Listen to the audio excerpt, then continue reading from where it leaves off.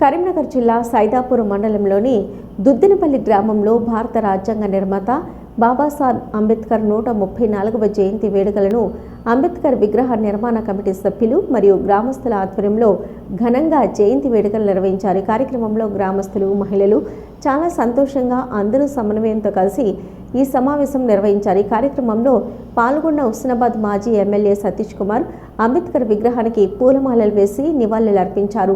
ఈ సందర్భంగా ఆయన మాట్లాడుతూ అందరివాడు అంబేద్కర్ అని అన్నారు. నేడు మనం అనుభవిస్తున్న స్వేచ్ఛ, సమాన హక్కులు, చదువు, ఉద్యోగం మహనీయుడు అంబేద్కర్ ప్రసాదించింది అని అన్నారు.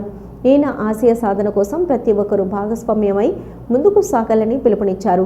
అనంతరం అంబేద్కర్ విగ్రహ నిర్మాణ కమిటీ ఆధ్వర్యంలో అన్నదాన కార్యక్రమం నిర్వహించారు. ఈ కార్యక్రమంలో విగ్రహదాత బోరగల్ల వెంకవ్వ, రాజయ్య, మాజీ సర్పంచ్ యుగంధర్ రెడ్డి, మాజీ ఎంపీటీసీ చైతన్య, కొండలరెడ్డి, కాంగ్రెస్ సీనియర్ నాయకులు గుండారపు శ్రీనివాస్, మాజీ సర్పంచ్ రాజయ్య, మార్కెట్ కమిటీ డైరెక్టర్లు చిన్న వెంకటేశం, ఉడిగ రాజశేఖర్, మాజీ ఎంపీటీసీ మట్టెల రవీందర్, మాజీ ఉప సర్పంచులు జితేందర్ రెడ్డి, పోతిరెడ్డి హరీష్, మాదిగ ఉద్యోగుల సంఘం జాతీయ నాయకులు మొలుగురి మొగులయ్య, గ్రామస్తులు, మహిళలు, యువకులు, మేధావులు తదితరులు పాల్గొన్నారు. అందరూ కలిసికట్టుగా ఉండి ఇక్కడ మాకు బాబాసాహెబ్ అంబేద్కర్ గారి విగ్రహం కావాలి అని చెప్పి మరీ పట్టుబట్టి ఇక్కడ పెట్టడం జరిగింది. నాకు చాలా సంతోషం అవుతుంది. ఇంత పట్టుదలతో ఉన్నందుకు మీ అందరూ కూడా ఉపయోగపడుతున్నారు. అదే కాకుండా ఎన్నో అవాంఛనీయాలు అంటే చాలామంది చాలా విషయాలు ఈ యొక్క విగ్రహ స్థాపన గురించి మాట్లాడడం జరిగింది. ఏదైనప్పటికీ ఇదంతా క్రెడిట్ అంతా కూడా ఈ విగ్రహం స్థాపించడానికి వచ్చిన ఆర్గనైజర్స్కి, గ్రామస్తులకు మొత్తం చెందుతాయని చెప్పి తెలియజేస్తున్నాను. ఎందుకంటే ఒకటి ఇవాళ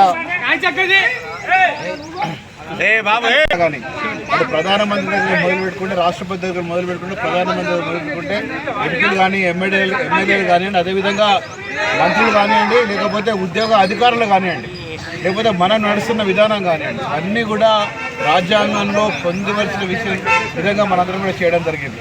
మరి ఇదంతా కూడా అప్పుడు బాబాసాహెబ్ అంబేద్కర్ గారు రాసిన విధంగా మనందరం కూడా నడుస్తున్నాం. కాబట్టి అంత పెద్ద మహనీయుడిని నిజంగా ఇవాళ మనం గౌరవించుకోవాలి. మరి పుట్టినరోజు చాలా బ్రహ్మాండంగా చేసుకోవాలి.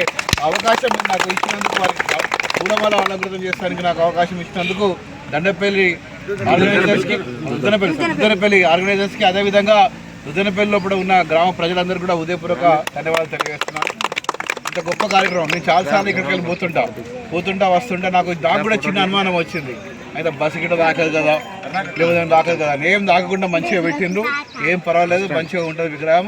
దీని గురించి కొంతమందికి అపోహ ఉన్నది, ఇక్కడ తిత్తరు కావచ్చు, రోడ్డు కావచ్చు అని చెప్పి. ఎటువంటి అపోహ మీరు పెట్టుకునే అవసరం లేదు. నేను మీ అమ్మడు ఉన్నారు, అది కూడా